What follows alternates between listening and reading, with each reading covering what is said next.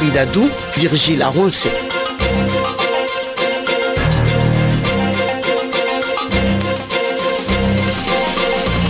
Bonjour à tous, bienvenue. Patrice Talon, officiellement pris désormais l'association de Boniaï. La cérémonie de prestation de serment a eu lieu le 6 avril 2016 au stade Charles de Gaulle à Porte-Novo. L'aboutissement d'un processus électoral qui n'a pas été des moins tumultueux. Le FONAC, le Front National des Organisations de lutte contre la corruption, y a également pris sa part. On retient notamment plusieurs sorties de son président Jean-Baptiste Elias pour donner l'alerte soit sur la corruption électorale qui émaillait le processus, soit sur des pratiques de fraude. Jean-Baptiste Elias, qui, vous le savez, s'est toujours illustré dans ce domaine de la lutte contre la corruption, dans ce domaine de la lutte pour la bonne gouvernance. C'est de cette thématique qui va être question au cours de ce numéro du Grand Rendez-vous, un bilan de la lutte contre la corruption au cours du régime écoulé et mieux encore, ce qui devait être avec le nouveau pouvoir, par quel bout prendre la lutte contre la corruption pour y arriver. Ce 106e numéro du Grand Rendez-vous reçoit aujourd'hui donc le président du Front National des Organisations de lutte contre la corruption, Monsieur Jean-Baptiste Elias. Bonjour, bienvenue. Bonjour et bonjour à tous les auditeurs et à toutes les auditrices de Soleil FM. Wilfred Hervé Adon ne sera pas de la partie ce dimanche, vous l'avez deviné, et vous donne rendez-vous pour dimanche prochain. Alors, Monsieur Jean-Baptiste Elias, l'engagement du FONAC au cours de cette élection qui vient de s'achever a été remarquable. Maintenant que le tumulte de cette mêlée électorale s'est apaisé, quelles sont les 2 ou 3 grandes conclusions que vous tirez de votre participation à cette aventure électorale? Avant toute chose, je voudrais d'abord remercier tout le peuple béninois pour sa parfaite conduite dans tout le processus électoral qui nous a conduit à l'élection du président de la République, M. Patrice Talon. Je voudrais également remercier tous ceux qui ont accompagné le FONAC dans cette aventure heureuse de mettre en place la surveillance qu'il faut pour que les élections se passent dans de bonnes conditions. Je voudrais vous faire remarquer seulement que pour cette année-ci, et plus précisément le 20 mars 2016, il y a eu au moins 4 pays africains qui ont connu des élections. Entre autres le Bénin. Les 3 autres pays aujourd'hui, 10 avril 2016, sont encore dans la tourmente. Il y a eu beaucoup d'échauffourées. Il y a eu même des morts. Nous, au Bénin, la nature a voulu qu'il n'y ait même pas une goutte de sang qui soit tombée. On doit rendre grâce à la nature et dire vraiment que ce bon comportement des Béninois doit être salué. Et c'est peut-être dû aussi à l'engagement des organisations comme la vôtre. On sait aussi que d'autres organisations se sont regroupées au sein de ce qu'ils ont appelé la plateforme des organisations pour cette élection. Oui, bien sûr, le FONAC a pris sa petite et modeste contribution. Je suis modeste, en faisant en sorte que tout se passe dans de bonnes conditions, parce que d'abord pour la liste électorale, surtout pour l'édition et la distribution des cartes d'électeurs, le FONAC s'est impliqué soigneusement dessus. Votre chaîne de radio était à nos côtés pour faire le travail, et nous avons fait le suivi de la distribution des cartes d'électeurs sur toute l'étendue du territoire national, même à l'extérieur. Le FONAC s'est déplacé pour aller en France pour suivre la distribution des cartes d'électeurs en France. Le FONAC s'est déplacé en Afrique du Sud pour suivre la distribution des cartes d'électeurs en Afrique du Sud. Et nous avons pris notre part dans la Liborie, dans le Borgou, dans l'Atlantique, dans le littoral, etc., pour avoir la situation de ce qui s'est passé. Concernant le scrutin lui-même, je salue au passage les responsables de la Sénat qui ont délivré au FONAC, à notre demande, 12 600 badges. Je dis bien 12 600 badges. Je rappelle que nous avons dans le pays 13 539 postes de vote et le FONAC était présent dans presque tous les postes de vote et de façon permanente pour surveiller, n'est-ce pas, le déroulement des élections et pour avoir en main tous les résultats. 2 heures après la fermeture du dernier poste de vote, le FONAC à Cotonou avait tous les résultats et sur toute l'étendue du territoire national, ce qui donc a permis de savoir que il fallait faire les choses comme il faut. Justement, on ne le dit pas assez, cette élection fait partie des moins contestées. Est-ce que c'est cet engagement des uns des autres qui a pu aboutir à ce résultat? J'ai dit à l'entame de cette émission que je salue le peuple béninois. Parce que quand moi-même je me retrouve sur le terrain, que je voyais au niveau des postes de vote, la discipline observée par le peuple béninois en allant voter, il n'y a pas eu de bruit, il n'y a pas eu de contestation, sauf quelques rares endroits où on a eu des tentatives de bourrage d'urnes et que les populations se sont soulevées pour dire plus jamais ça. Tout s'est très bien passé. Et donc, l'engagement et de la population, et des organisations de la société civile, et des candidats eux-mêmes, et des partisans, tout ceci réunis a donné le résultat que nous avons constaté, et c'est à l'honneur de tout le peuple béninois. Maintenant, est-ce que vous avez quelques conclusions, comme ça, 2 ou 3 grandes conclusions que vous tirez de votre participation? Nous allons sortir dans les prochains jours un rapport complet de la situation que nous allons distribuer gratuitement à tout le monde. Et dans ce rapport, il y a quelques recommandations que nous avons préparées, que nous avons sorties, entre autres. Vous savez, la polémique qu'il y a eu autour de la non prise de position d'un certain nombre de corps. Savez-vous que déjà l'article 62 du Code électoral avait interdit aux ministres, aux préfets et autres, n'est-ce pas, de prendre directement parti dans l'élection. Alors nous allons proposer qu'il y ait une petite réforme qui veuille qu'on puisse interdire également aux organisations religieuses de prendre officiellement parti, comme ça s'est passé, vous avez vu. Parce que ça a pesé assez sur l'élection? Non seulement ça a pesé, mais ça a failli faire un peu polémique, parce que certains religieux se sont prononcés ouvertement pour tel ou tel candidat, d'autres ont estimé que ce n'est pas leur rôle de le faire, qu'ils devaient être neutres, d'autres religions ont tout de suite pris le contre-pied de ces positions qui ont été prises pour dire non, nous sommes neutres. Alors, si dans la loi, on mettait un article ou bien un passage qui dit que les organisations religieuses doivent pouvoir faire leur neutralité pour laisser chacun de leurs fidèles prendre la position qui leur est propre, ce serait une bonne chose et puis ça va limiter les dégâts. Vous pensez?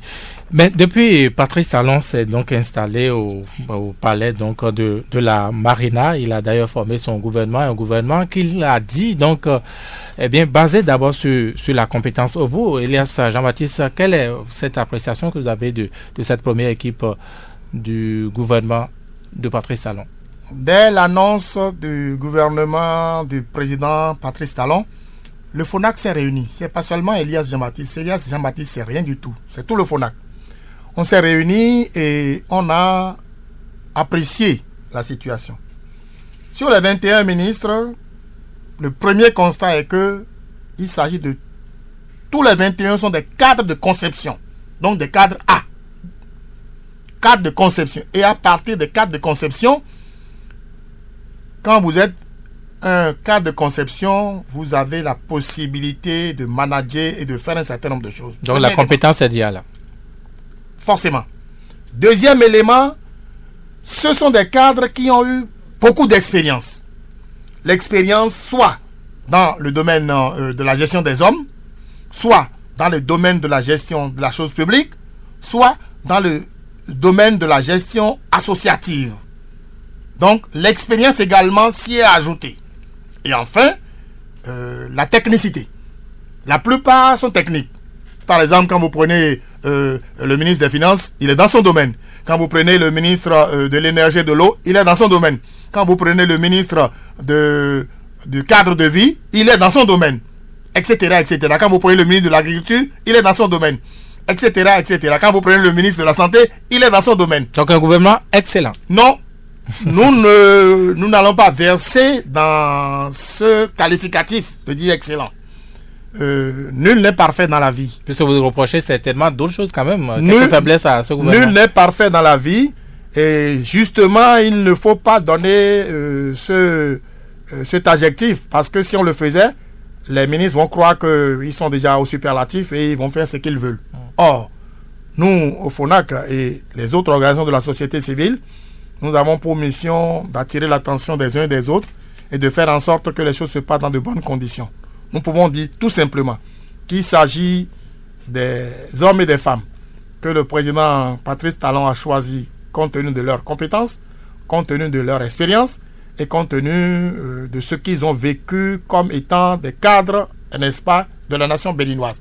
Pour le reste, nous allons suivre avec eux comment ils vont faire et je voudrais inviter tout le peuple béninois à accompagner cette équipe en faisant des propositions. En tout cas, nous, FONAC, dès le lundi 11 avril 2016, nous avons des propositions à faire à chacun des ministres et au président de la République pour ce qui concerne notre domaine, afin que leur mission soit couronnée de succès. Pourtant, l'exercice ne va pas être aussi facile. Vous n'allez pas vous en sortir aussi facilement, Jean-Baptiste Elias. Normalement, les choses, on dit par exemple que sur le plan de la lutte contre la corruption, en tout cas, disons, de la bonne gouvernance tout court, il y a des ministres qui peut-être n'auraient pas dû avoir leur place. Je vais nommer par exemple le ministre d'Assegli, Badambé d'Assegli, qui, dit-on, n'aurait pas fini de solder ses comptes avec les tribunaux. Je voudrais que nous puissions faire attention jusqu'à ce que des décisions de justice aient l'autorité de la chose jugée.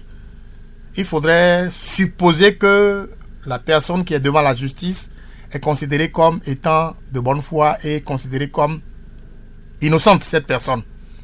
De ce point de vue, s'il y a des décisions de justice qui ont eu déjà l'autorité de la chose jugée et qui ont condamné telle ou telle personne, nous, au FONAC, nous souhaiterions avoir ces décisions en main.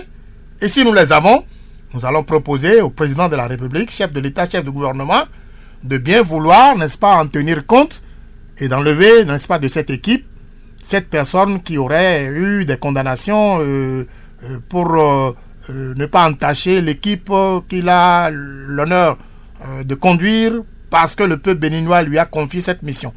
Mais tant que nous n'avons pas une telle décision en main, attendons que la justice finisse son œuvre avant de pouvoir dire X est dans telle ou telle situation. Et quand nous serons dans la situation concernée, nous prendrons les dispositions. Mais est-ce que tout au moins, il ne soustrait pas ces gens d'individus à la justice? Non, pas du tout. La justice continue son travail. D'ailleurs, nous sommes dans la logique de dire qu'il faut renforcer l'indépendance de la justice. C'est pas parce qu'il est devenu ministre que ce qu'il avait fait avant est annulé, pas du tout. Si il est toujours dans les liens de la justice et que les procédures se poursuivent, les procédures continueront et iront jusqu'à son terme. Je voudrais vous rappeler, à l'époque, qu'il y avait un ministre de l'État, n'est-ce pas, qui avait été dans une situation donnée et concernant l'affaire des 70 milliards. J'espère que vous vous souvenez de ce dossier-là. Le régime Kédougou. Et que quelqu'un qui est tout en étant ministre, la Cour de justice a continué son œuvre et a condamné, donc, il y avait même deux ministres qui étaient dans ce dossier concernant l'affaire des 70 milliards sous le président Mathieu Kédougou. Mais deux de ces ministres avaient été condamnés à l'époque à rembourser tel ou tel, enfin bref. C'est possible encore que la justice continue son œuvre, même si les ministres, jusqu'à ce que l'on puisse dire, bon voilà, il est fautif, auquel cas, si la preuve est faite qu'il a été reconnu coupable par la justice, avec la décision définitive de l'autorité de la chose jugée, nous au FONAC, quand nous aurons ce dossier en main, quand nous aurons cette décision en main, nous allons demander au président de la République, s'il ne l'a pas fait avant nous, que bon voilà, la situation ne permet plus à ce qu'il soit dans ce gouvernement. Donc Jean-Baptiste Elias, un certain Barthélemy Casta aurait pu trouver place dans ce gouvernement sans heurter les consciences, puisqu'il n'aura été condamné par aucun tribunal juste là. Non, la situation de celui que vous nommez actuellement est différente, parce que ça fait l'objet d'une enquête internationale que le Bénin a financée à grands frais et qui a apporté donc un certain nombre d'éléments. D'ailleurs, dans ce dossier, si vous le permettez, le FONAC et beaucoup d'autres organisations de la société civile, nous sommes dans la logique de refaire surface de ce dossier-là et qu'on regarde à nouveau ce dossier pour qu'on puisse lui donner la réponse qu'il faut, parce que le vote opéré au niveau du Parlement à l'époque n'est pas suspensif, n'est-ce pas, de la poursuite. ce n'est que partie remise. Mais Barthélémy Kassa demeure toujours député. Oui, il demeure député, mais il ne demeure pas moins que le dossier existe. Et nous, au FONAC, et d'autres également organisations de la société civile, nous allons demander qu'on ouvre à nouveau le dossier, qu'on fouille le dossier, parce que chaque fois qu'il y a une faute, c'est qu'il y a un responsable. Et s'il y a un responsable, c'est que la punition doit tomber. Et de ce point de vue, sur ce dossier-là, où on a privé les populations d'eau potable pour pouvoir vivre, l'eau c'est la vie, et on ne peut pas classer ces dossiers sans suite, c'est pas possible. Nous allons tout faire. En tout cas, le président de la République aura sur son chemin le FONAC et les autres organisations de la société civile pour qu'on ouvre à nouveau ce dossier. Et je voudrais prier les populations de ne pas croire qu'il s'agit d'une chasse aux sorcières. Justement, j'allais demander, est-ce que vous n'allez pas ainsi pousser Patrice Talon dans ce que les gens appellent déjà chasse aux sorcières? Non. La chasse aux sorcières, c'est quand la personne n'a rien fait et que parce que seulement il n'est pas de votre bord politique, vous commencez par lui créer des ennuis. C'est ça la chasse aux sorcières. Maintenant, quand il y a un dossier qui concerne quelqu'un et où la faute est établie, la justice est là pour faire son travail. Si ce n'est pas le cas, autant fermer tous les tribunaux. Pourquoi on a prévu dans les lois de la République des sanctions administratives pour les agents indélicats de la fonction publique? Et pourquoi on a prévu des sanctions pénales pour les citoyens de la République afin qu'ils puissent répondre des déviances qu'ils ont eu à faire entre-temps dans la vie quotidienne? Alors, ce dossier concernant le PPEA2, puisque c'est de ça qu'il s'agit, nous au FONAC et les autres organisations de la société civile, nous allons demander au président de la République et à tous les ministres, même à tous les députés, de rouvrir ce dossier à nouveau. Il y va même de l'intérêt du député concerné. Parce que ce n'est que, quand on va reporter toujours, c'est toujours en stand-by. La loi 2011-20 du 12 octobre 2011 portant lutte contre la corruption et autres infractions connexes dit expressément que quand l'effet de la corruption ou les propositions ou les promesses de la corruption ont une valeur égale ou inférieure à 10 millions, on a 20 ans pour vous poursuivre. Mais quand ça dépasse 10 millions, on vous poursuit jusqu'à la veille de votre mort. Ça veut dire quoi?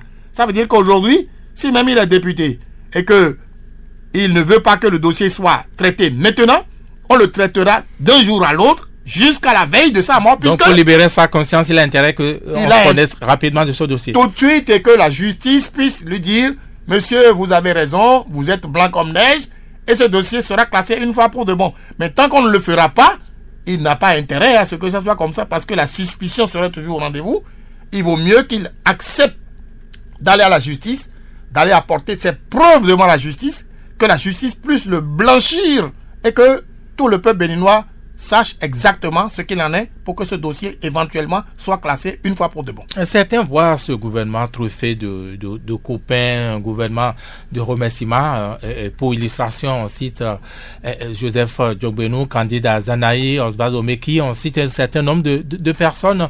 J'allais oublier une dame, Martins Adjatou. Est-ce que également votre sentiment, vous, Jean-Baptiste Elias? Non. Nous, au FONAC, quand nous avons regardé le gouvernement, nous n'avons donné aucune appréciation de remerciement. Je vais vous expliquer. Allez-y. Nous nous sommes mis d'accord, nous nous sommes mis ensemble pour travailler, conquérir le pouvoir et gérer le pouvoir. Au nom du peuple béninois qui nous a fait confiance. Les hommes et les femmes qui ont travaillé aux côtés du président Patrice Talon pour conquérir le pouvoir doivent apporter leur contribution positive à ce que la réalisation de ce qui est promis au peuple pour que le peuple puisse les élire, puisse se faire. De ce point de vue, nous ne pouvons jamais parler de gouvernement de remerciement parce que si nous disons remerciement, cela suppose que bon, mais vous qui êtes là et qu'on a remercié, faites ce que vous voulez, servez-vous, prenez l'argent de l'État, mettez plein les poches. Parce que une fois le remerciement terminé, vous allez partir et il faudrait que vous puissiez engranger un trésor de guerre pour le faire. Non.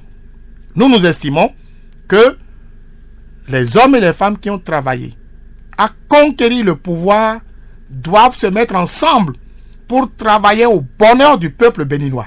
Tenez, il n'y a pas que ceux que vous avez cités. Puisque, entre deux tours, il y a eu donc des coalitions. Il y a eu des ralliements. Nous n'appelons pas ça non plus remerciement, parce que nous nous sommes mis ensemble pour conquérir le pouvoir, travailler ensemble pour le bonheur du pays. Chacun doit se mettre en tête. Et vous savez très bien les conditions dans lesquelles le président Patrice Talon est arrivé. Il n'a pas droit à l'erreur. Et aucun membre de son équipe n'a droit à l'erreur.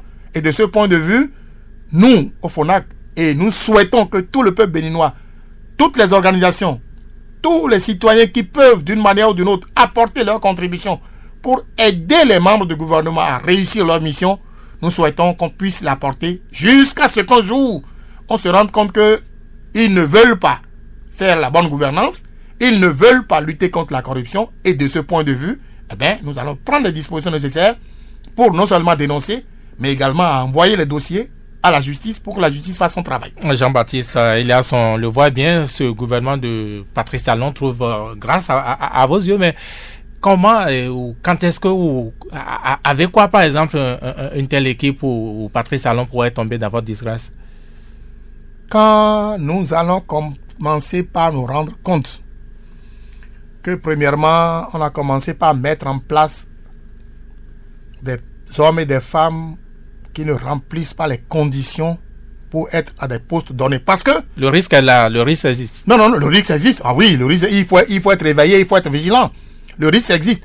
Il y a un test, une loi et des décrets qui précisent bien les conditions dans lesquelles on peut nommer un directeur de cabinet, un directeur adjoint de cabinet, un DPP, un DRFM et consorts, les directeurs généraux des sociétés, offices d'État et d'économie mixte.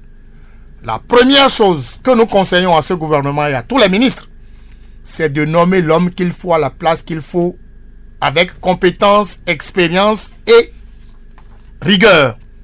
Chaque fois que nous allons constater, comme c'est le cas dans le régime passé, qu'on nommera des gens qui ne remplissent pas les conditions, nous allons attirer l'attention de l'autorité sur ces cas-là. Et si cette autorité résiste, nous allons dénoncer et nous allons prendre position. Premièrement. Deuxièmement maintenant, le gouvernement ou les membres du gouvernement tomberont en disgrâce aux yeux du FONAC quand les marchés publics seront mal gérés. Vous savez que les marchés publics constituent un nid important de corruption. Et de ce point de vue, la bonne gouvernance doit être au rendez-vous. On va revenir là-dessus. Voilà, vous avez posé la question de savoir à quel moment. Bien sûr. Donc, alors, je vous laisse faire et dès que vous serez prêts pour qu'on arrive à ce niveau-là, on en arrivera. Wilfried Adou, Virgile Arouancé. Jean-Baptiste Elias, le nouveau président Patrice Talon a donné les couleurs. Il a annoncé donc les couleurs en parlant donc de la lutte contre la corruption. Il a également parlé de lutter pour que l'argent ne prenne plus une proportion trop grande dans nos processus électoraux. Dites-nous, vous qui êtes dans la lutte pour la bonne gouvernance, comment vous voyez donc, vous appréciez ces signaux, ces premiers signaux envoyés par le nouveau président? Nous avons apprécié très positivement ces signaux parce que de façon très claire, la bonne gouvernance et la lutte contre la corruption ont une place de choix, non seulement dans le projet de société du président Patrice Talon, mais également dans le projet de société de tous ceux qui l'ont accompagné au deuxième tour. De ce point de vue, c'est comme ça que vous étiez aussi aux anges. Attendez, j'arrive, vous avez raison. C'est comme ça. Donc, la place de lutte contre la corruption est en permanence dans le document du président Patrice Talon. Mieux, dans son discours d'investiture, il a mis l'accent également sur la lutte contre la corruption. Ça fait 2. C'est vrai, comme vous l'avez si bien dit, qu'il y a 10 ans, nous avons connu la même chose. Le projet de société de l'ancien président de la République comportait bien ce volet. Son discours d'investiture comportait ce volet. Et les discours qu'il a prônés à plusieurs reprises dans l'exercice de ces 10 dernières années, ces discours-là ont prôné également la lutte contre la corruption. Mais il a même marché contre la corruption. Bien sûr. En juillet 2007, il a marché. 10 km à Cotonou, nous étions à ses côtés. Mais malheureusement... Vous regrettez peut-être aujourd'hui. Malheureusement, les comportements n'ont pas suivi les discours. C'est ça, la prudence que nous avons au FONAC. le président Patrice Talon a bien dit qu'il va lutter efficacement contre la corruption. Nous allons l'accompagner. Nous souhaitons que la première chose à faire, c'est que l'exemple vienne d'en haut. Que lui-même, il donne l'exemple. En effet, il est arrivé souvent de voir que le chef de gouvernement donne des instructions à un ministre pour dire donner tel marché à telle personne. S'il le fait, c'est qu'il encourage ce ministre à faire aussi la même chose. Et de ce point de vue, la lutte contre la corruption va prendre du plomb dans l'aile. Et vous avez les armes pour pouvoir déceler ça et dénoncer? Mais nous avons les armes, nous avons eu les armes, nous avons dénoncé à son temps. Et ça se voit. Prenez l'exemple du Sensad. Il y a eu beaucoup de cas où on a donné des instructions pour dire donner tel marché à telle personne. Des marchés ont été donnés de gré à gré. Que le gré à gré soit une exception, comme le code des marchés publics a prévu, que ça ne soit plus la règle.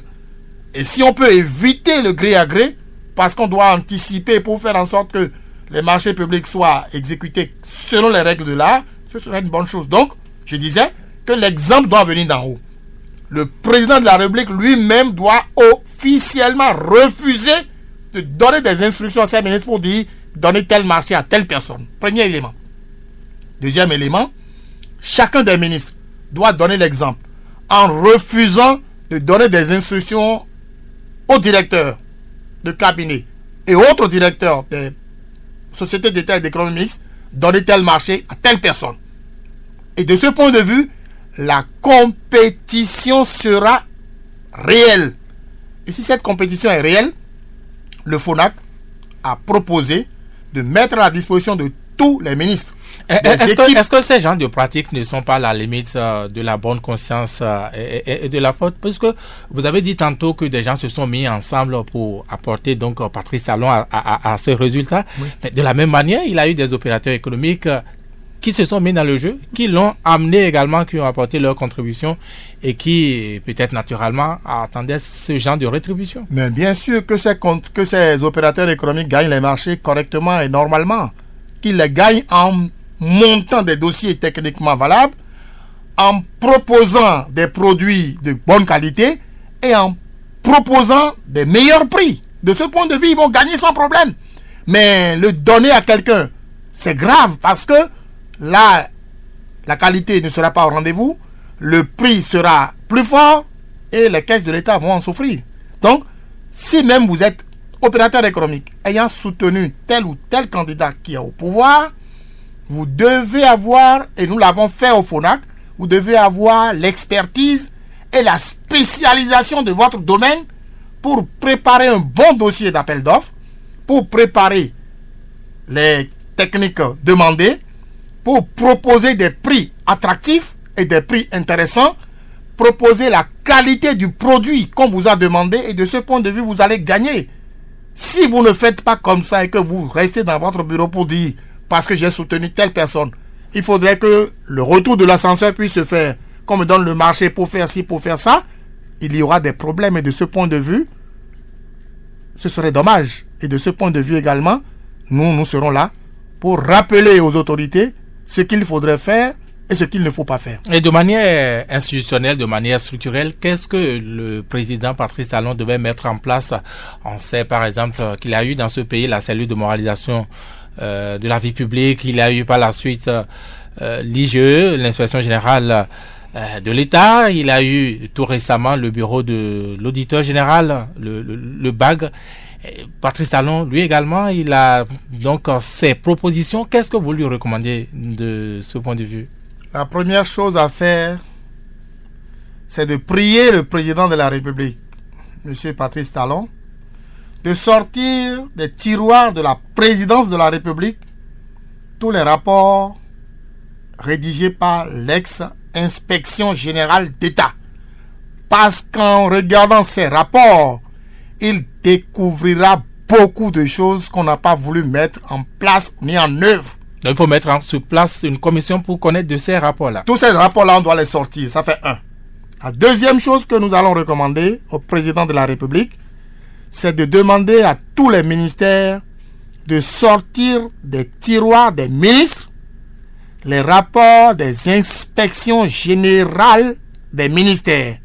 Les inspections générales des ministères ont produit assez de rapports qui ont mis en exergue le mauvais comportement de certains agents à des postes donnés.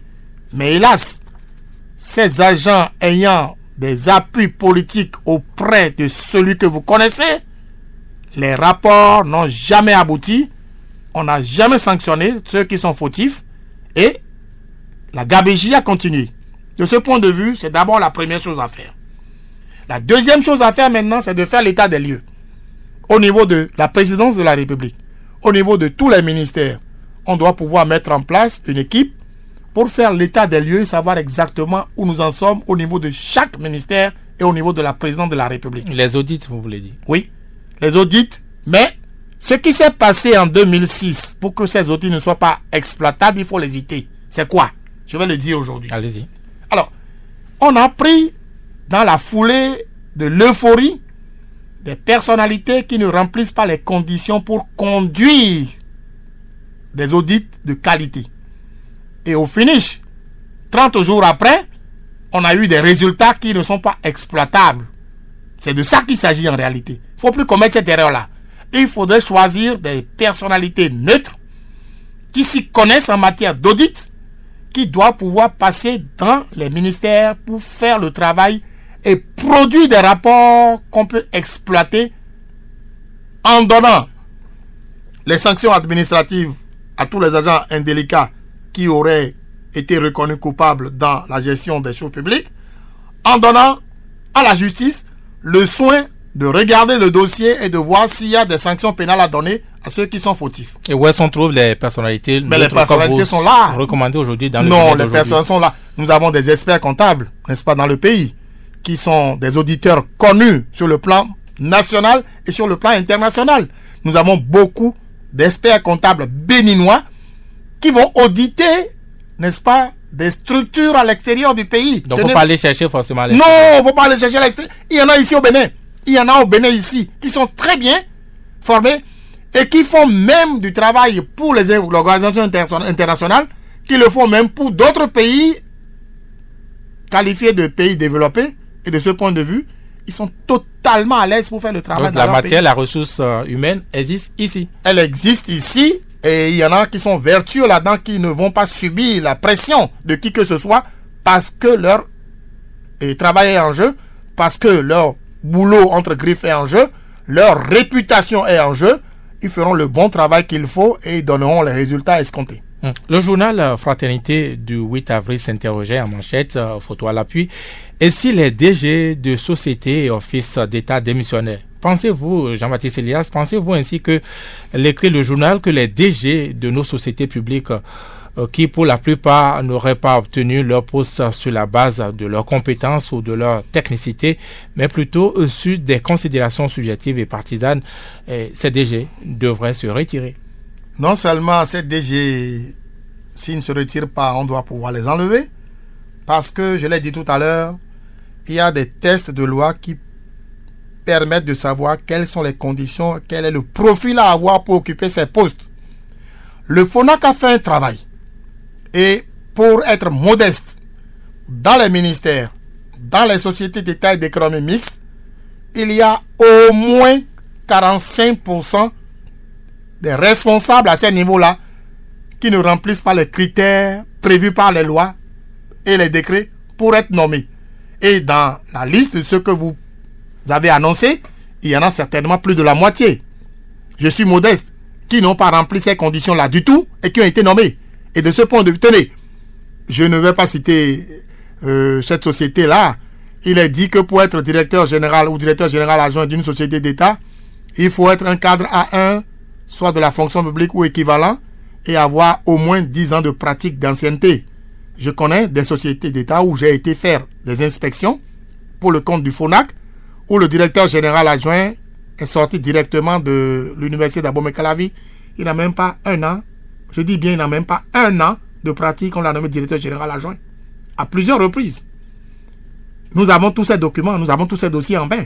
Et nous en avons parlé au niveau du ministre concerné pour lui dire, monsieur le ministre, le directeur général adjoint est là, ne remplit pas les conditions et on l'a nommé directeur général adjoint là. Il faudrait rectifier.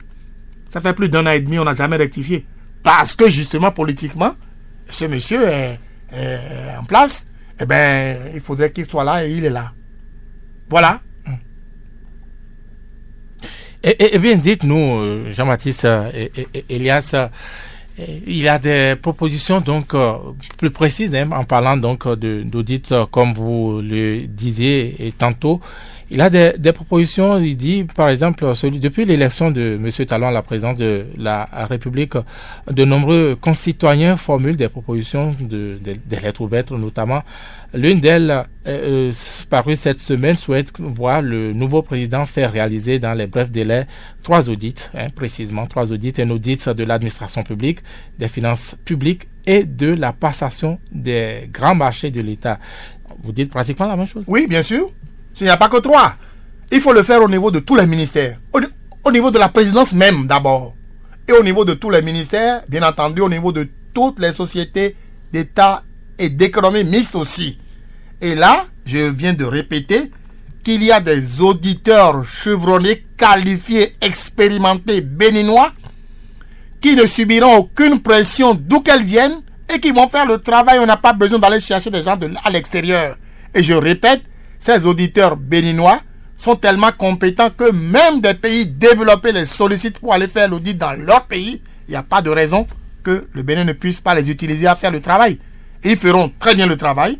Ils feront un bon prix certainement à l'État béninois qui n'a pas beaucoup d'argent. Et puis, on va essayer d'exploiter ces résultats-là pour en faire ce qu'on doit faire. S'il y a des sanctions à donner, sanctions administratives à certains, on donnera. S'il y a des remboursements à faire, ils vont rembourser. S'il y a des sanctions pénales à faire, on va les faire et puis la République continuera. Il y a des morceaux, de gros morceaux connus déjà. Disons, le régime donc du président Yahi a légué un certain nombre d'histoires inachevées. Que dis-je, un lourd héritage à celui qui vient donc d'entrer en scène, Maria Gleta, chantier du nouveau siège de l'Assemblée nationale, entre autres. Le 4 avril dernier, l'ancien ministre en charge de l'urbanisme, Noël Fonton, a rendu responsable la CEROSA et le groupement Trofne dans ce qui est arrivé dans la construction du nouveau siège du Parlement. Pendant ce temps, le tribunal de Porto-Novo condamne l'État béninois à verser 28 milliards de francs CFA en dommages et intérêts à l'entrepreneur principal qui avait été écroué plutôt que d'être écouté. Rappelez-vous, Jean-Baptiste Elias, sur ce point précis, qu'est-ce que vous recommandez au président Patrice Talon? Je vais avouer devant ce micro que le FONAC a reçu l'entrepreneur principal avant même que le dossier n'aille au tribunal. Donc, le FONAC a tout le dossier en main. Nous l'avons écouté pendant plus de 2 heures pour nous expliquer point par point ce qui s'est passé. Et nous l'avons interrogé. Il a répondu à nos questions avant que le dossier n'aille au tribunal. Nous, on n'est pas surpris du tout que ça soit passé comme ça. Mais, s'il y a une leçon à tirer, c'est que, premièrement, il faut que nos responsables à divers niveaux fassent attention dans des prises de position. Il faudrait que l'impulsion puisse cesser d'animer le corps des responsables que nous avons et que l'on prenne le temps de la réflexion pour agir et bien agir afin d'éviter des retombées négatives pour le pays. De quoi s'agit-il? Sans avoir fait l'enquête nécessaire pour être sûr, on a jeté en prison un certain nombre de personnes, dont les responsables de Cero d'ailleurs. Le ministre peut-être a oublié de le dire, dont les responsables de Cero. Puis, le dossier a évolué au fur et à mesure et sur la base de soupçons, de rumeurs, on traitait ce dossier en disant c'est mal fait, c'est ceci, c'est cela, etc., etc. On a entendu l'ancien président de la République aller au créneau devant la télévision, devant micro et caméra, pour parler de ce dossier-là, que bon voilà, c'est un restaurateur qui, etc., etc. Je ne vais pas revenir dessus. Mais il aurait fallu qu'on soit sûr de ce que l'on dit avant de poser des actes. Là, aujourd'hui, on a condamné le Bénin à payer 28 milliards de francs CFA à ce monsieur. J'espère que l'appel fera en sorte que on puisse avoir le bout du tunnel et qu'à la fin, on puisse négocier avec cet opérateur pour voir ce qu'on peut faire pour ne pas faire trop saigner la caisse de l'État béninois. Mais, dans ce dossier, ce que nous, FONAC, nous voulons recommander désormais, et il y a un test dessus, quand un responsable, quel qu'il soit, président de la République, ministre ou autre, prend la décision d'agir et que cette décision apporte des manques à gagner à l'État, nous allons demander et insister qu'on applique la loi, à savoir que cette personne rembourse de sa poche l'acte qu'il a commis et qui a causé préjudice à l'État. Parce que si on n'avait pas arrêté ce monsieur, si on n'avait pas pris son matériel, si on n'avait pas pris un certain nombre de choses qu'on a mis en stand-by qui ont été dégradées par l'intempérie de la situation, ce qui est arrivé n'arriverait pas.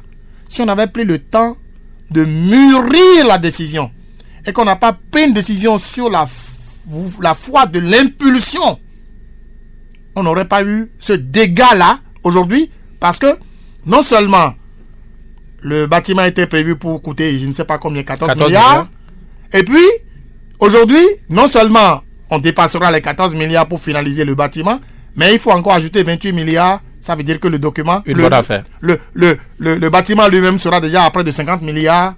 C'est du gâchis. Et là, on doit pouvoir sanctionner ceux qui ont pris une telle décision. Je répète à nouveau, en le faisant, ce ne serait pas une chasse aux sorcières. Vous avez posé un acte qui a causé des préjudices à l'État béninois.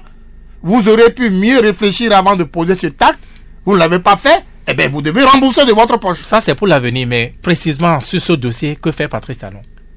Le président Patrice Talon ne pourra rien faire que de suivre la décision de justice. S'il fait autre chose, ça sera à l'encontre de ces principes que lui-même il a annoncé, à savoir l'indépendance de la justice. Ce qu'on peut faire également, c'est que la justice finisse son travail, que le dossier ait l'autorité de la chose jugée, et on peut rentrer en négociation avec, n'est-ce pas, celui qui a gagné, pour lui dire, voici la situation, ce n'est pas nous qui vous avons fait ce tort-là, maintenant on va essayer de négocier, voir ce qu'on peut vous donner comme dommage-intérêt, pour que vous puissiez effacer, n'est-ce pas, la décision, afin que, tout en ne pouvant pas vous donner les 28 milliards, on essaie de vous donner quelque chose. Mais dans tous les cas, quelque chose sera donné à ce monsieur par la suite de la décision de justice. Et là, nous répétons encore une fois, ceux qui auront contribué à faire en sorte que l'État puisse se retrouver dans cette situation devraient normalement payer de leur poche. Et je répète, ce ne sera pas la chasse aux sorcières, ce ne sera que justice. Justement, j'allais revenir là-dessus. Comment faire donc pour faire échapper donc Patrice Talon à ce procès de chasse aux sorcières, lorsqu'on sait qu'il a tellement de chantiers de nettoyage du genre, et qu'on ne pourrait pas faire ces genres d'activités sans justement essuyer ses reproches? Toutes les organisations de la société civile sont là. La justice est là pour faire la part des choses. Je répète à nouveau, la chasse aux sorcières ne sera définie que quand on aura acculé injustement quelqu'un qui n'aurait commis aucune faute, ni administrative, ni pénale, et qu'on chercherait à tout prix à harceler ou à embêter. Si ce n'est pas le cas, qu'il y a un acte posé par quelqu'un, cet acte est qualifié par la justice, qu'une sanction judiciaire est donnée, on ne peut jamais qualifier cela de chasse aux sorcières. Nous sommes dans la première semaine du règne du président Patrice Talon. Dites-nous, pour la deuxième semaine ou les semaines à venir, quels sont les signaux les plus importants que vous attendez du moins donc du président Patrice Talon dans le domaine de la lutte contre la corruption? D'abord, il faudrait que, premièrement, le décret portant organisation type des ministères soit revu par le président de la République et ses ministres. Là-dessus, le FONAC a des propositions à faire, mais je dirais seulement 2 mots pour ne pas faire traîner cette émission. Allez-y. Le premier mot, il faudrait revoir la direction des ressources financières et du matériel, DRFM.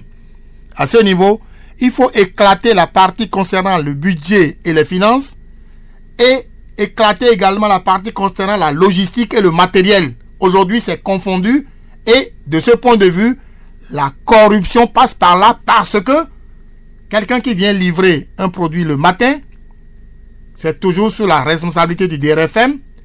Le DRFM peut s'entendre avec lui, prendre sa commission, et le soir, la personne peut venir encore retirer ce qu'il a livré, et le jeu est joué, bonjour les dégâts. Sans contrôle. Absolument. Donc, de ce point de vue, si on veut avoir des détails, nous allons donner des détails, nous sommes préparés pour le faire, on le fera. Donc, il faut le séparer pour qu'il y ait deux responsables différents. Un qui s'occupe des finances et du budget, un qui s'occupe de la logistique et du matériel. D'ailleurs, au niveau du ministère des Finances, ça s'est passé déjà. La direction générale du budget est à part, la direction générale de la logistique et du matériel est à part, donc les deux se complètent et se contrôlent. Or, au niveau des ministères, on a confondu le jeu entre les mains d'une seule personne et il y a problème. Deuxième élément, toujours au niveau des ministères, il y en a d'autres. Les DPP. Les DPP sont là pour être les coordonnateurs des coordonnateurs, c'est-à-dire les coordonnateurs des projets, directeurs de projets, coordonnateurs de projets, sont sous la coupe de DPP qui coordonnent leur action. Mais il s'est fait que dans la plupart des ministères, les DPP eux-mêmes gèrent directement des projets. Résultat, l'argent qu'on envoie pour être dispatché au niveau des coordonnateurs des projets, afin que les contreparties béninoises de ce que les partenaires amènent puissent le faire, tout cela n'arrive pas à sortir parce que lui-même étant coordonnateur d'un projet, il prend la grosse part de ce montant-là pour son projet et les autres sont laissés pour compte. Donc, il faut dissocier. Il faut dissocier ça. Troisième élément, il faut renforcer les critères de nomination des responsables depuis le directeur de cabinet, en passant par le directeur adjoint de cabinet, les DPP, les D, ceci, les D, cela, les directeurs généraux de société, etc., etc.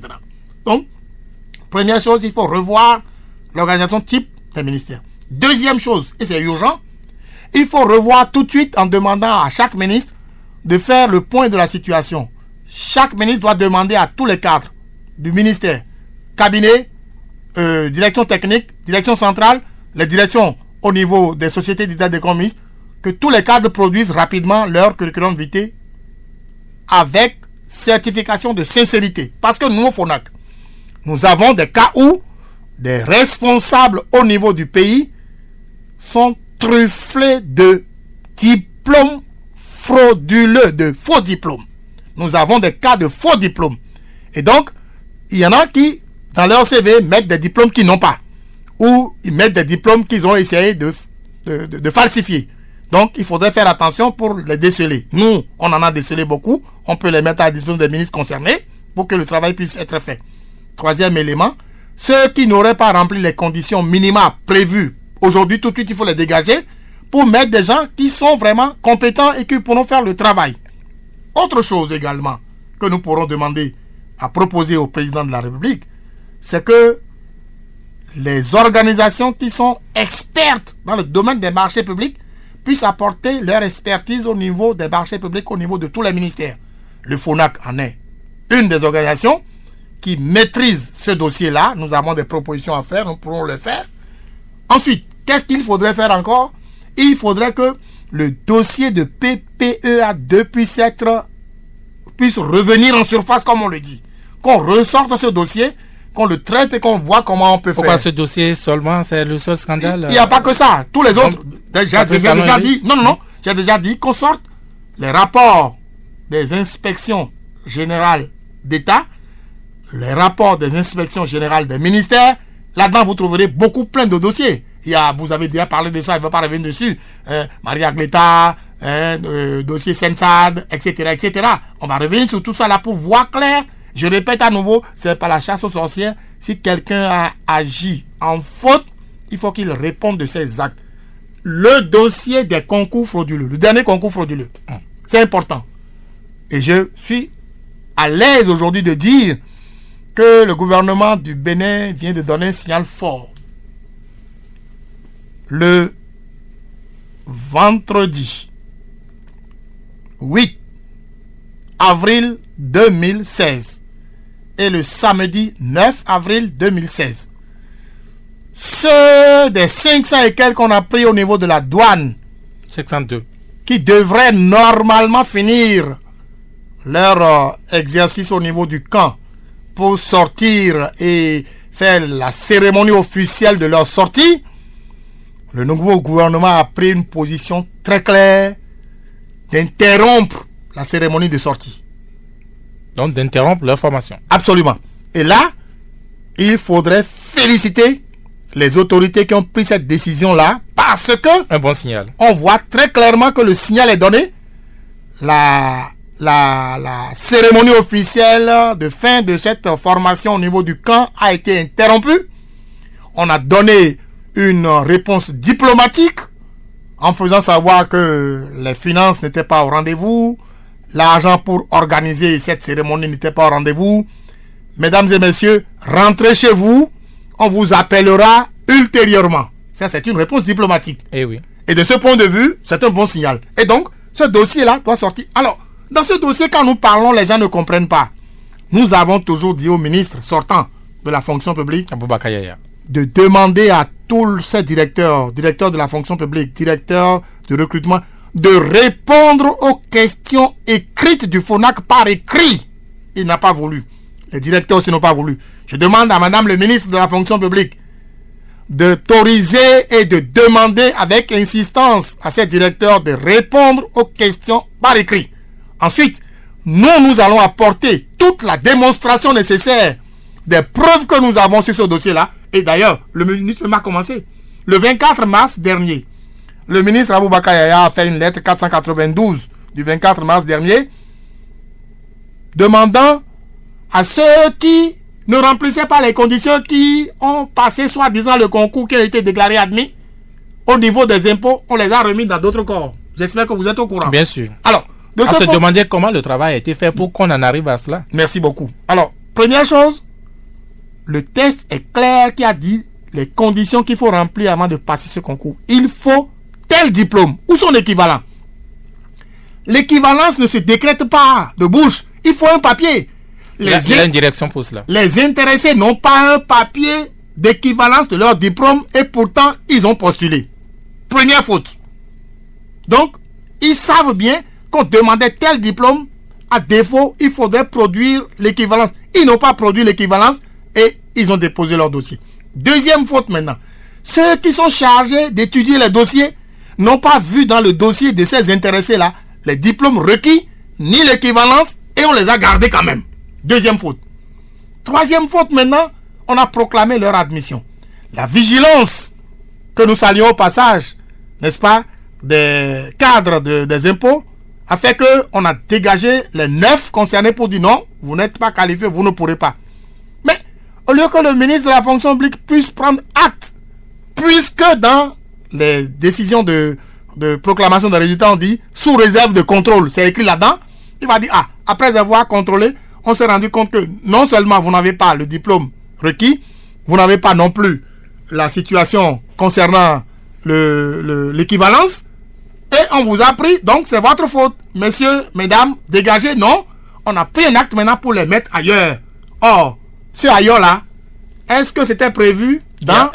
Qu'on recrute là, est-ce que ces secteurs avaient besoin de recrutement? Et la faute commise, comment on la sanctionne, Jean-Baptiste? Attendez, avant de dire comment on va sanctionner la faute, d'abord, les intéressés n'ont pas passé le concours pour aller dans ces corps. On les a mis dans ce corps. Deuxième erreur encore du ministre lui-même. Mais on va lui poser la question, est-ce qu'il a demandé à aller dans ce corps? Est-ce qu'il a fait...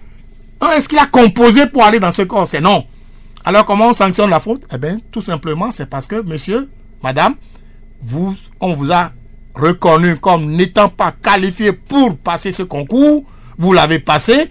Eh bien, rentrez chez vous, tranquillement. C'est de ça qu'il s'agit. Voilà la sanction. Et les autres acteurs, pour qu'on en arrive là, sur toute la ligne, qu'est-ce qu'on en fait? Ben, le dossier est tellement clair à notre niveau que nous allons prier les uns et les autres de prendre patience. Il faut engager la procédure d'annulation de ce concours. C'est la procédure qu'il faut engager. Il ne faut pas se précipiter pour déclarer le concours nul. Non, c'est pas comme ça. Il y a une procédure et cette procédure-là sera engagée pour que méthodiquement, on puisse aller au bout et que les organes chargés de prononcer l'annulation puissent prononcer officiellement l'annulation et que tout le monde puisse respecter. Ça, c'est pour le concours des impôts, le concours de la douane. Et les autres concours, la police, la gendarmerie, les concours de recrutement d'enseignants, qu'est-ce qu'on en fait? Oui, si chaque fois que nous avons un concours, il est apporté des preuves, comme nous avons aujourd'hui sur ce concours-là, qu'il y a des déviances et qu'il y a des faits qui sont répréhensibles, des faits qui permettent de dire que ce concours a été mal organisé ou bien mal conduit, eh bien, qu'on porte à notre connaissance ces faits-là et nous allons les étudier.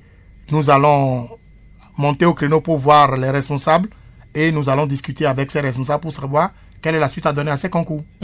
Et il n'y a pas que là où il y a cette onde donc, de malversation. Au ministère de l'Enseignement supérieur, on a annoncé, la presse a annoncé cette semaine un scandale d'octroi donc, de bourse, un scandale qui éclabousse le ministre François Abiola qui, dans la précipitation donc, du TIMPA de l'ancien régime, a dû écouter les procédures et donner des bourses à des amis, à des frères, etc., etc. La presse l'a rapporté cette semaine. Oui, justement, nous parlons de tout ça quand nous avons parlé de faire l'audit et que nous avons de faire l'audit de façon indépendante.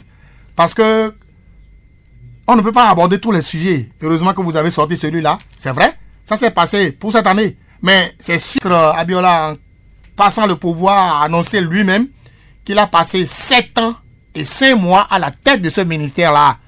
On va fouiller en sachant ce qui s'est passé les années précédentes. Et à partir de là, comment on a pu octroyer ces bourses-là les années précédentes.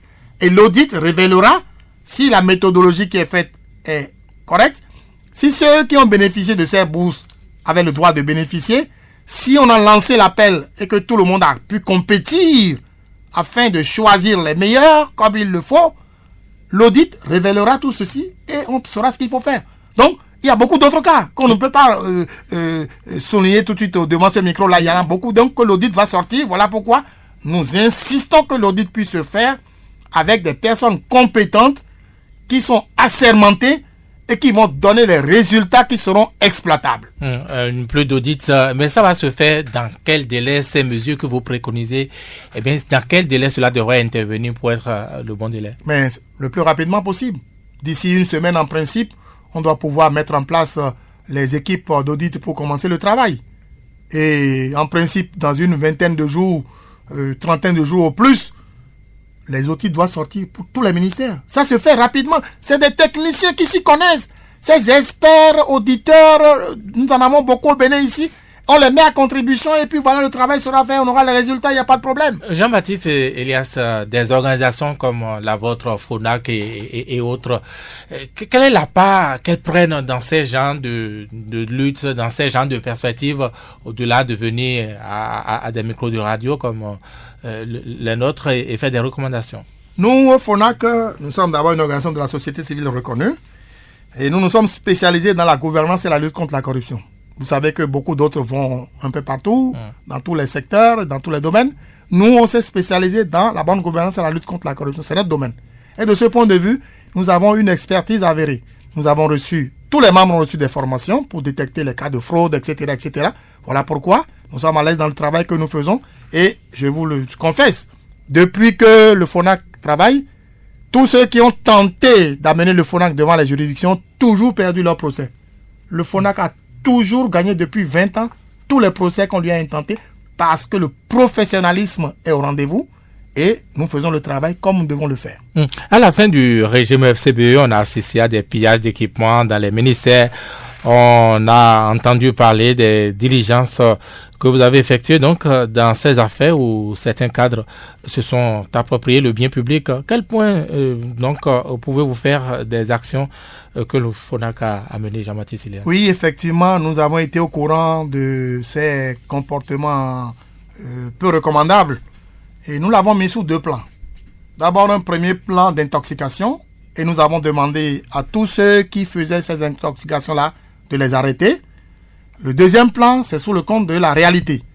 Et nous avons demandé à ceux qui donnaient les informations de nous produire les éléments nécessaires concernant les ministères donnés, concernant les directions données, concernant les services donnés pour que nous puissions faire les investigations. Pour la petite histoire, nous avons écrit au ministre de l'économie et des finances pour lui dire tous les cas de vente de matériel, ce qu'on appelle les réformes, au niveau des ministères, au niveau des services donnés, qu'on les arrête. Parce qu'il y a une confusion. Il y en a qui ont dit, c'est parce qu'on a fait réforme que j'ai acheté ce matériel qu'on doit dégager du patrimoine de l'État, que je les emporte, et c'est ça que fait que les gens ont cru que j'ai pris les affaires de l'État. Nous avons demandé au ministre de les arrêter, et c'est arrêté, nous avons la lettre qui a permis de les arrêter. Il semble même qu'il a fait la lettre avant même que notre correspondance n'arrive à son niveau. Le chef de l'État sortant l'a d'ailleurs demandé aussi. Merci beaucoup.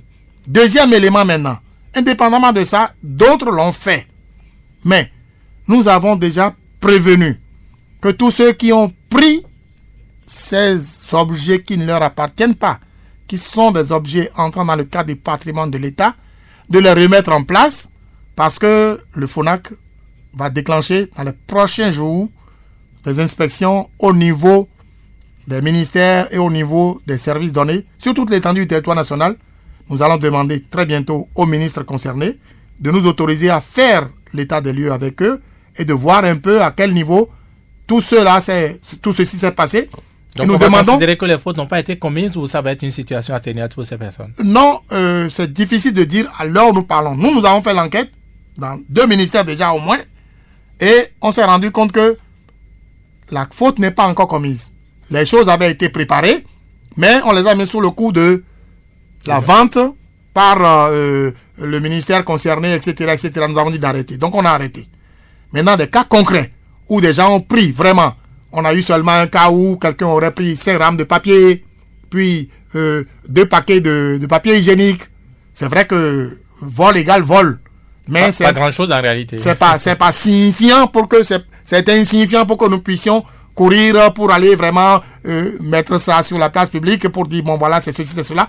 3 rames de papier et puis 2 paquets de papier hygiénique que la personne aurait prise. Bon, bref.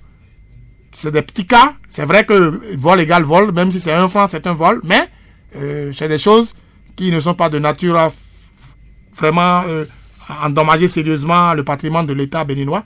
Donc nous continuons les recherches. Et si d'autres personnes ont des preuves de gens qui ont pris des choses concernant l'État, qui nous le disent, le FONAC est ouvert, nous irons faire les enquêtes. Et nous allons rendre compte à la population de ce qui a été fait. Jean-Baptiste Elias, une question que beaucoup se posent, qu'on vous pose peut-être bien souvent. Quel est votre secret lorsqu'on sait que dans ce Bénin, on ne peut pas lutter contre la corruption sans essuyer les mauvais vents de ceux qui n'apprécient pas? Mais vous avez toujours résisté, vous êtes encore là, ce micro, matin. Non seulement je résiste, mais tous les autres membres du FONAC résistent. Il n'y aura rien. Tant que le travail que vous faites est pour l'intérêt général, que vous n'en voulez à personne, que vous ne voulez du mal à personne, que ce que vous faites est pour le bien commun, la nature elle-même vous protège. De ce point de vue, n'ayez pas peur.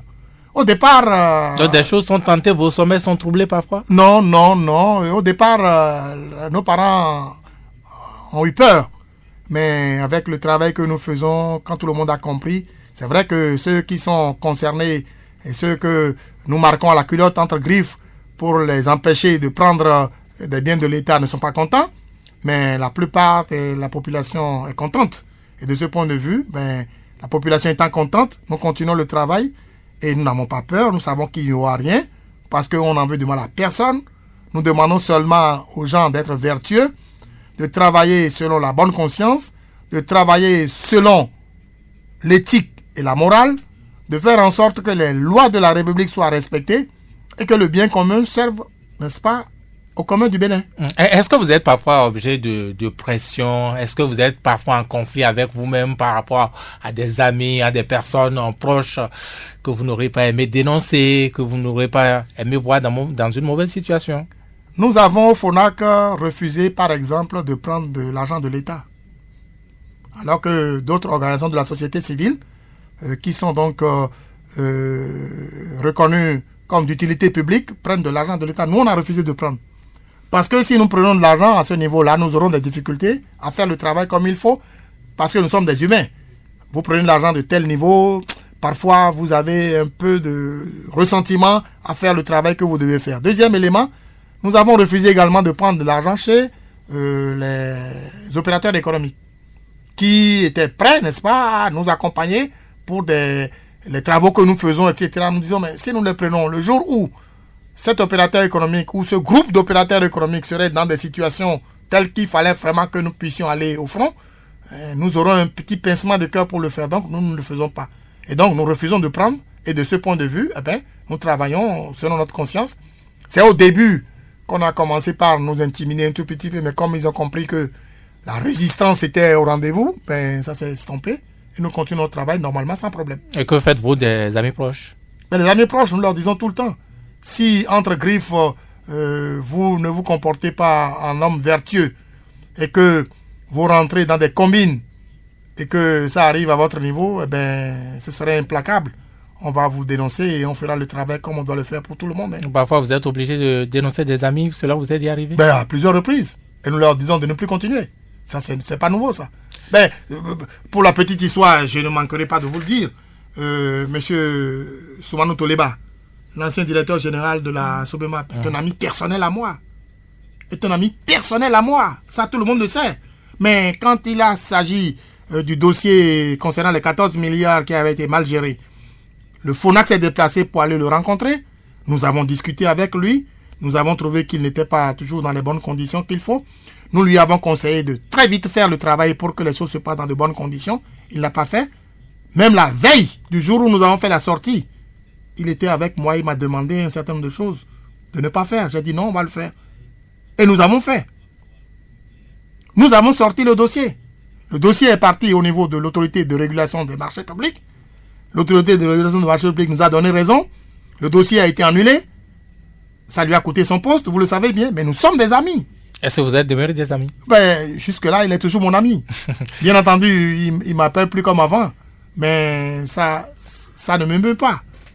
Nous allons à présent laisser les auditeurs pouvoir intervenir aussi dans cette émission. Deux numéros pour nous joindre, le 64 44 02 44 ou le 66 75 72 72. Je répète, le 64 44 02 44 ou le 66 75 72 72. Le tout premier auditeur en ligne. Auditeur, bonjour.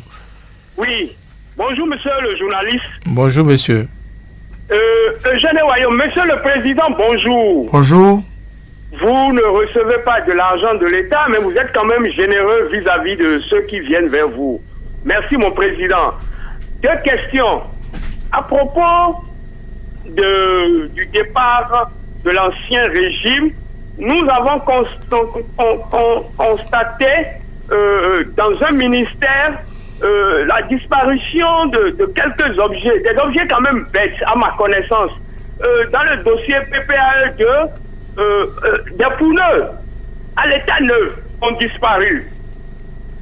Des produits d'entretien ont disparu. Des batteries ont disparu. C'est à croire que, soi-même, on est, excusez-moi l'expression, kleptomane. Je n'arrive pas à comprendre que des produits d'entretien puissent s'évaporer encore dans un ministère de l'eau. Est-ce qu'il faille faire appel à des prêtres exorcistes? Deuxième question, Eugène Wayo. Deuxième question. Nous vous souhaitons du courage dans votre lutte, nous vous félicitons, mais nous souhaiterions que vous faites toute la lumière. Je sais que vous prenez du temps pour vous donner toujours raison, mais faites-nous ce plaisir-là en mettant sur la place publique tous ces rapports de nos oncles précédemment mafieux de l'ancien système. Merci et bon dimanche. Merci. Deuxième intervenant aujourd'hui, bonjour. Oui, bonjour monsieur Virgile Avancé. Bonjour monsieur. Herman Metton de Védocor. Herman Metton, bienvenue. Vos questions. Merci. Je dis bonjour à monsieur Jean-Baptiste Elias. Bonjour. Merci. J'ai trois questions. La première. On a entendu beaucoup de choses par rapport à la formation de ce gouvernement. Je veux surtout parler de la taille. 16, 18, pas plus de 20. Aujourd'hui, nous voyons 21 membres.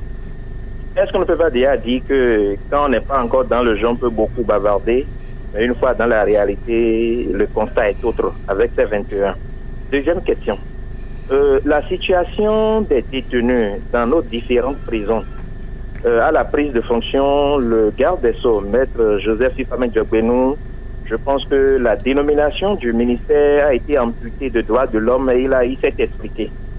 Alors, je voudrais savoir, aujourd'hui, que fait le FONAC par rapport à ce qui se passe dans nos différentes prisons, surtout celle de Cotonou? Il y a des situations inquiétantes.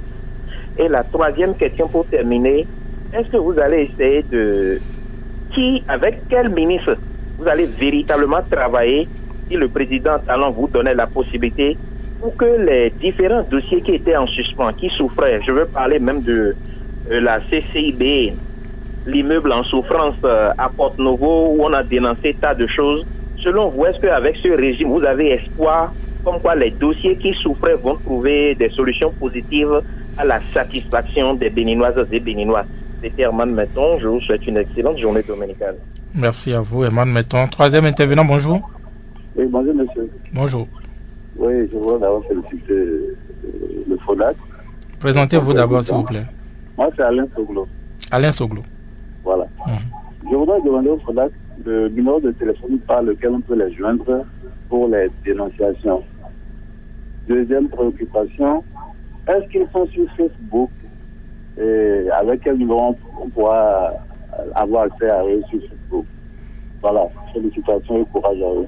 Merci, Alain Soglo. Au revoir. Quatrième intervenant ce dimanche, bonjour. Alors, bonjour, monsieur Vigila. Bonjour, monsieur. Dansou Sourou Mathias Benodiou. Actuellement, je vous appelle de l'arrondissement de DV, commune d'Obo. Bienvenue, Dansou Sourou Mathias. Merci, monsieur Arantel. Je salue monsieur qui est avec vous là. Bonjour. Jean-Baptiste Elias. Oui.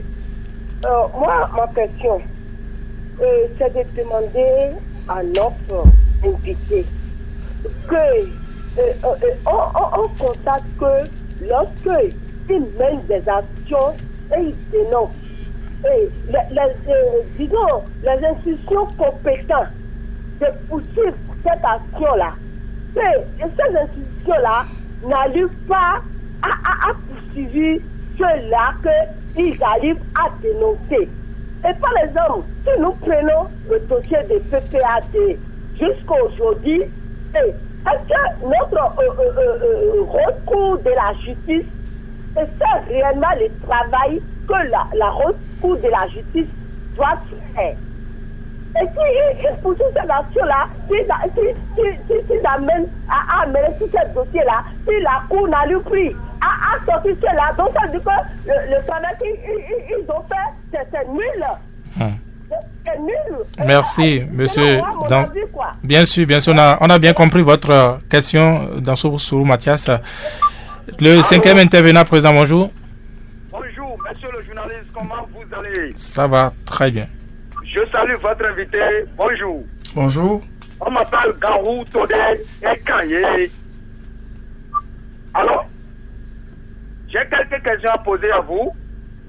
Et pourquoi autant... Alors, oui, allez-y, monsieur. Pourquoi autant de charlement contre le gouvernement de monsieur le président Patrice Talon? Deuxième préoccupation pour finir, monsieur l'invité.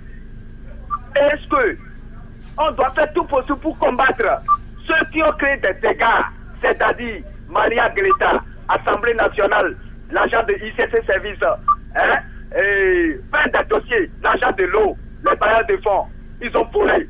Est-ce que vous êtes sûr qu'on va combattre cela? Parce que c'est à cause de ça qu'on a voté pour monsieur le président Athanas Guillaume Talon. Même ils nous ont menacés ici. Pourquoi on est en train de soutenir monsieur le président? Monsieur l'invité, si on va faire tout possible pour combattre cela, là, les Béninois sont merci, de vous. Merci monsieur beaucoup. Gaoutodé. Sixième intervenant, bonjour. Septième intervenant. Autant pour moi. Oui, allez-y, vous êtes en direct. Ok. Sixième. Je remercie l'invité, c'est Bernardin Akpla. Bernardin Akpla. Oui. C'est pour, premièrement, les remercier pour ce qu'ils font pour le peuple. Et ma préoccupation est de savoir, puisqu'ils ne reçoivent pas de financement par rapport au gouvernement pour le travail qu'ils font, comment ils arrivent à faire le travail. Et s'ils n'ont pas de reçoivent pas de rétribution du gouvernement, comment ils pourront arriver à faire le travail sur le territoire pour pouvoir atteindre des objectifs? Merci. Ouais. Nous allons prendre le 7e et tout dernier auditeur. Georges Kono me signale qu'il faut s'en arrêter à ce chiffre. Alors nous allons revenir dans ce studio, Monsieur Jean-Baptiste Elias, donner suite aux différentes préoccupations. Le ministère de l'eau, ce ministère qui a abrité donc le scandale PPR2, ce ministère qui a connu par la suite d'autres problèmes de malversation, dénoncés donc Eugène Ouagnon. Comment cela a pu se faire? Je remercie tous les auditeurs qui ont fait leur intervention au cours de cette émission. Je voudrais commencer par le premier. Oui, effectivement, le FONAC avait déjà dit au cours de cette émission qu'il faudrait revoir le dossier PPEA2. Mais, indépendamment de ça, le FONAC a rencontré il y a juste 2 semaines, je dis bien 2 semaines, le directeur de cabinet du ministre de l'eau, la directrice des ressources financières et du matériel du ministère de l'eau pour une séance de travail de plus de 2 heures à propos de tout ce que nous avons appris concernant la dilapidation du matériel roulant, la dilapidation des réfrigérateurs, des climatiseurs, des postes téléviseurs, des ordinateurs et autres. Nous avons fait près de 2 heures de séance de travail avec le directeur de cabinet et la directrice des ressources financières et du matériel pour étaler tout le problème et voir clair dans la situation.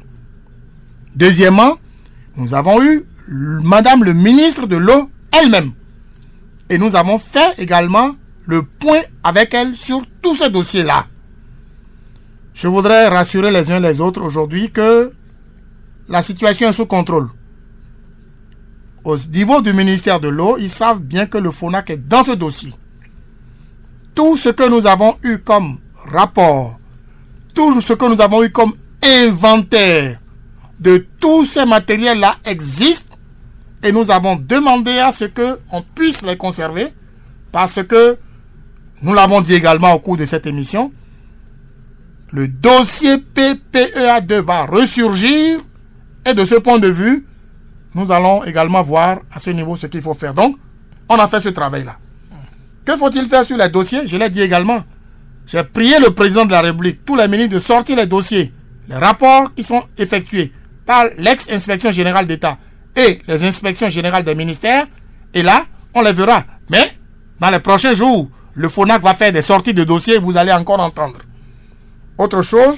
Eh ben, mettons dit que le président Patrice Talon n'a pas tenu parole de 6 ministères promis, on est passé de 16 ministères, pardon, on est passé à 21 et que ça pourrait être déjà gemme de problème. Oui, beaucoup de gens avaient pensé qu'on pouvait faire effectivement un seul ministère pour l'éducation nationale. Vous savez, au début de la Révolution, nous avions eu un ministère de l'éducation nationale, de la jeunesse, des sports, de la culture. 5 ministères étaient en un à l'époque. Mais il semble que les techniciens ont donné des conseils quant à la lourdeur de faire un seul ministère de l'éducation nationale, ce qui a permis donc de faire encore les 3 ministères concernés pour les 3 autres enseignements. Bon, nous souhaitons l'efficacité. Si réellement en prenant 21 plutôt que 18 ou plutôt que 16, ce sera efficace et que en sortant 6 ministères déjà, parce qu'il y a 6 ministères qui sont enlevés, ça fait déjà combien? 6 ou 7, oui, voilà, qui sont enlevés, ça fait déjà un peu d'économie. Bon, mais au départ, c'était parce qu'on voulait faire un seul ministère de l'éducation nationale, c'est ce que j'avais entendu. Malheureusement, on n'a pas pu le faire. Il semble que les techniciens ont dit non, que ce sera trop lourd, il faut pas. Bon, le président de la République certainement est à l'écoute des techniciens et a dû comprendre certainement que bon, il faut faire ça en attendant. Si l'expérience prouve qu'il faut aller après réduire, j'espère qu'il va le faire. Que dites-vous de la situation des prisons? Oui, merci beaucoup pour la question. Le FONAC s'est beaucoup préoccupé de la situation des droits de l'homme au niveau des prisons. Je donne un seul exemple. Vous savez que au niveau des prisons, il y a des infirmeries. Et ces infirmeries ont besoin, n'est-ce pas, de recevoir des soins. Le FONAC s'est occupé de la situation des infirmeries pour que les soins de qualité soient donnés aux détenus. Et de ce point de vue, je ne révèle aucun secret que nous avons fait des réunions avec les ministres de la justice pour que la qualité des produits pharmaceutiques qui sont envoyés dans ces infirmeries-là soit bonne qualité, et que tous ceux qui ont voulu se servir de cette situation pour mettre à la disposition des infirmeries des produits pharmaceutiques qui ne proviennent pas des structures officielles ni agréées, le FONAC a refusé qu'on puisse prendre ces produits-là. C'est déjà un atout. Et maintenant, pour le reste, il y a des organisations de la société civile qui s'occupent des droits de l'homme, qui s'occupent des prisons et qui vont donc voir les conditions dans lesquelles les prisonniers sont et ils s'en occupent correctement. Nous avons Prisonniers sans frontières qui fait du bon travail avec M. Baguili, etc., etc. Pour ce qui concerne nous autres, voilà ce que nous avons fait au niveau du FONAC. Nous sommes à l'heure où les langues se délient, à l'heure des dénonciations. On demande à quelle adresse il faut contacter le FONAC, à quel numéro vous joindre. Êtes-vous sur les réseaux sociaux? Comment vous joindre? Le bureau du FONAC est en face de la librairie Notre-Dame à Cotonou, juste en face. Il n'y a même pas à se perdre. Vous arrivez là-bas devant la librairie Notre-Dame, vous demandez le FONAC, on vous le doite. Maintenant, pour ce qui concerne les numéros de téléphone où on peut nous joindre, vous écrivez le 97 07 10 95. Je répète, 97 07 10 95. Le deuxième numéro où on peut nous joindre, c'est le 95 42 51 47. Je répète, 95 42 51 47. Et le troisième numéro qui est un numéro fixe où on peut nous joindre, c'est le bureau du FONAC. C'est le 21 31 20 02. Voilà les trois numéros de téléphone sur lesquels vous pouvez nous appeler. Quant à Facebook, nous ne sommes pas sur Facebook. Nous avons un site web, mais je n'ai pas l'adresse par cœur. Je le donnerai quand les gens m'ont téléphoné pour pouvoir avoir ce site web-là. Nous avons un site web pour le FONAC. Dans Sousourou, Mathias Gbenondi qui dit que souvent les dénonciations sont là, mais la justice ne suit pas, et si bien qu'il considère que ces dénonciations, c'est finalement pour rien. Non, c'est pas pour rien, parce que nous sommes dans un pays où nous avons choisi, avec notre constitution, la séparation des pouvoirs. Le FONAC et les autres organisations de la société civile sont là pour faire pression, pour faire le lobbying, pour faire les dénonciations. C'est une course de relais. Nous faisons notre course, arrivé au niveau où nous arrivons, on passe le relais soit à l'administration pour que les sanctions administratives tombent, soit à la justice pour que les sanctions pénales puissent tomber. Nous sommes dans un pays de séparation de pouvoir. La justice a son rythme, la justice a sa procédure, la justice prend son temps. Hélas, finalement, bien souvent, on ne suit plus la justice, on ne sait plus où ce n'est pas aussi rapide que les populations auraient souhaité, mais c'est ce que nous avons voté. Et nous devons nous en contenter. Les dossiers des 70 milliards, vous l'évoquiez, sous Kérékou, on n'a jamais connu la suite, ça. Et pourtant, on est mieux vivant, la justice aussi est là. Eh oui, malheureusement. C'est donc la justice qui fait ça et nous ne pouvons pas faire autrement. Le dossier PPA dont nous avons déjà parlé. Et est-ce que le gouvernement du président Talon est prêt à combattre les cas les dégâts? C'est assurément oui. Et là-dessus, les dossiers dont il a hérité. Oui, assurément oui. Je répète à nouveau, en le faisant, ce ne serait pas une chasse aux sorcières. En le faisant, ce ne serait que justice. Pour que tous ceux qui ont commis des erreurs au niveau de l'administration puissent répondre de ces erreurs-là. Il n'y a pas de problème. Nous allons y contribuer. Nous allons le rappeler souvent aux responsables à divers niveaux et surtout au président de la République, pour que ça se passe dans de bonnes conditions. Vous ne prenez pas de financement, de subvention du gouvernement, alors où est-ce que vous trouvez l'argent pour faire tout ce que vous faites? D'abord, les cotisations des membres. Ensuite, les partenaires techniques et financiers ont des projets avec le FONAC que nous développons et que nous rendons compte. Voilà de quoi il s'agit. Dites-nous une question qui est sous toutes les lèvres. Aujourd'hui, on dit que Patrice Talon, vu le contexte dans lequel il accède au pouvoir, vu le contexte dans lequel Boni Yayi est parti, il aurait fallu une assise nationale pour déterminer désormais sur quelle orientation le pays devrait partir. Oui, Vous savez bien que la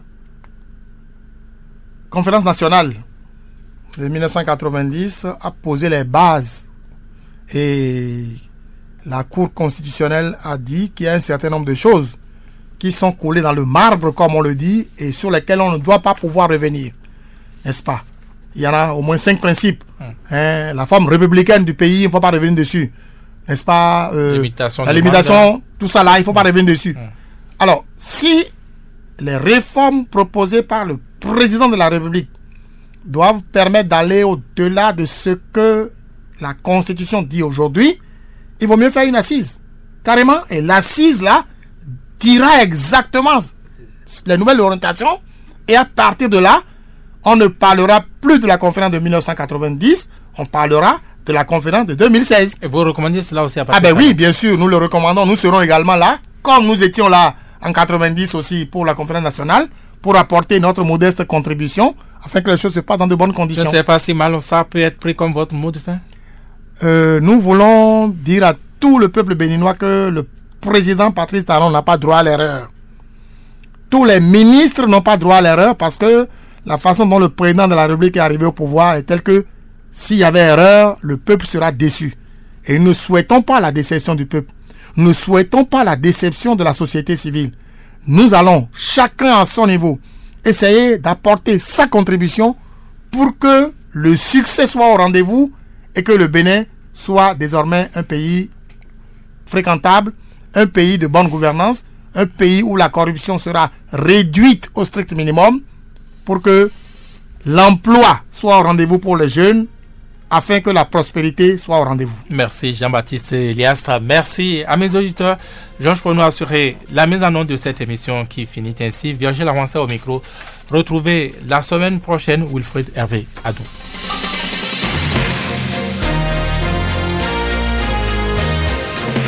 Le grand rendez-vous.